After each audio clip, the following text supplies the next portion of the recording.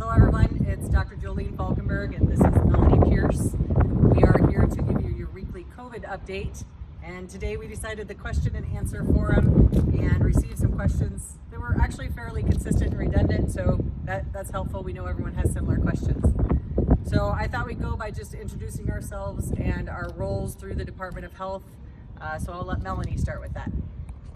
So I'm Melanie Pierce. I'm a regional supervisor for public health nursing, and I supervise the local office here in Niobrara County. I'm also the incident commander for our local emergency operations center focused on the COVID-19 response. So I am Dr. Jolene Falkenberg, and although I'm the MD for the Niobrara County Hospital, the medical director, and I work in the Rawhide Rural Health Clinic, I am the public health officer for Niobrara County, which is a completely different and separate role. So I work with Melanie in the Department of Health and the emergency management systems to try to make sure that we are reducing any risk in our county. As mentioned earlier, that's not just for COVID. We have met before, especially in regards to the eclipse, the flood of 2015. So this is a department that has been functioning behind the scenes for years. Just we've tried to be more public with it now so that you guys have some answers to your questions. Okay, so we'll start off with some questions. Will you be working on a strategic plan for businesses to reopen? So after this video, you guys have probably heard that the governor is going to be on PBS at about 3 p.m. To release some reopening strategies. I don't think any of us are privy to that information yet. I think that the public's going to find out about the same time that we do. I know that he's had a lot of pressure to give some sort of reopening plan. If you look at the guidelines and phases through the White House or the federal guidelines, you start with an initial phase of small businesses opening up, more non-essential workers, but you go really slowly because as soon as there is an outbreak of a case or the data shows that there's risk, then you have to go backwards. So there'll be slow reopenings as you pass through phases, and unfortunately at the very bottom phase is the reopening of schools, churches, and bars. So we're going to try to follow those guidelines, and I'm going to hear what the governor has to say, and I trust in him. I think he's making good decisions with all the experts that he has available, especially Dr. Harris and the rest of the Department of Health experts. But if we feel like as we go on that something's better for Niobrara County, we're going to try to follow our own plan as well. Can you talk about the symptoms of COVID-19 and if people are contagious after their fever breaks or after 14 days of quarantine? So the 14-day of quarantine was put into place for not knowing if you were actually going to get sick. So when Italy had their large outbreak and people were traveling back, there was a chance that you were asymptomatic, and if you at least stayed home for 14 days, you'd know if you were going to develop symptoms. If you actually get symptoms, you're probably contagious a couple days prior to the symptoms, 2 to 3 days prior, maybe 4 to 5 day incubation period. That's why they give this 2-week leeway. We're not exactly certain. So a few days before symptoms start, you're contagious. And right now the guidelines are stating that if you've had 7 days of symptoms total, you're probably okay to come out of social isolation so long as your symptoms are improving and you have been afebrile or without a fever, without using medication, without a fever for 3 days. So those are the guidelines right now. The typical symptoms that I have seen, I know a lot of people talk about cough, low-grade fever, and those probably are the most common symptoms, but the majority of cases that I have seen and communicated with other colleagues about have a lot of gastrointestinal type symptoms, some stomach upset, some diarrhea, and then it progresses maybe to cough, cold symptoms, dizziness, terrible fatigue, and headache. I have seen some other cases of other illnesses going around. This past week in particular, we diagnosed a couple cases of strep, the throat infection, but those are the general symptoms that I see related to COVID-19 anyhow. Okay. And do you feel like there are still a number of people who've already had COVID-19 in the community that we didn't test? I do think that it has slowly gone through, but I've actually seen a lot fewer numbers of people who have been sick in the past week. It slowly declined from 2 weeks ago when we had our first case. There could be a lot of reasons for that. People have cooperated with the social isolation guidelines, which I appreciate. It could be that, as we're all finding out, maybe some version of this strain went through earlier in the season and some people have already been exposed. Or maybe it's going to surge later, which is what we're all nervous about.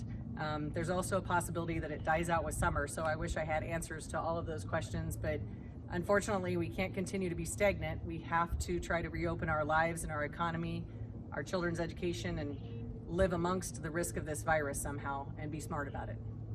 Okay. Why does the public health page say there is one case pending ever since the first case was reported? When my nursing staff and I were going through the page for a long time, there was one pending that we couldn't account for, and I attributed that maybe to the women's prison or some place that I hadn't collected a swab.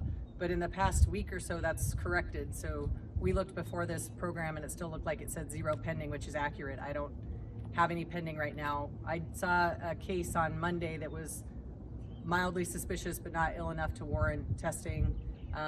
At this point, the state has told us we can test whoever we want again. We're back to that, which I would like to do just so we know for epidemiology purposes what's circulating. So if you feel like you have some mild symptoms but you don't really need to see the doctor, we will offer you some curbside testing. We'll just triage you as you call the clinic and tell you if we think it's worth it or not. So we'll try to ramp up our testing a little bit, but I'm not seeing as many cases as I did 2 weeks ago. Are there plenty of tests at the hospital here in Lusk? We do the nasopharyngeal swab. That is the test we're all using right now. We have 170 maybe in our lab itself, and public health has over 100 more. So we have plenty of tests, but it's all in a chain of supply and demand. So if we all have an outbreak and we order through the Department of Health, then on their end for testing reagents and staff, maybe they can't meet that demand. So that's why they shut down for a while and asked us only to test the sicker patients, as they weren't able to meet the demand coming into them. We can also send off to Mayo, reference lab. It takes about the same amount of time as the in-state Department of Health lab, maybe 48 hours, sometimes even up to 3 days, depending upon the priority of the symptoms. But the commercial lab going through Mayo costs a little bit more, and we all want to be cost conscious too.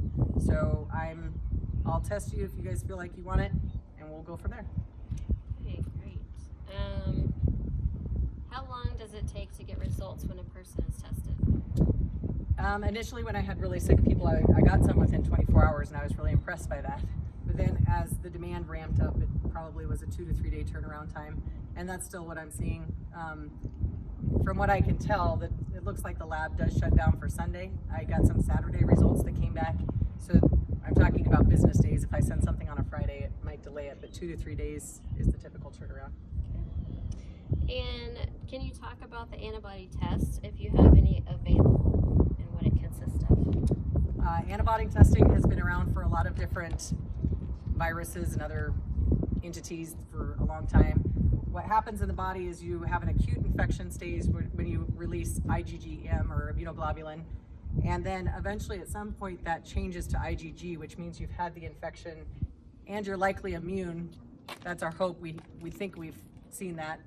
So the antibody test can check for IgG, and then you know you're immune. It doesn't mean that you should go around licking surfaces and going crazy, but at least then we may have an ability to turn people back to work and make the economy run more.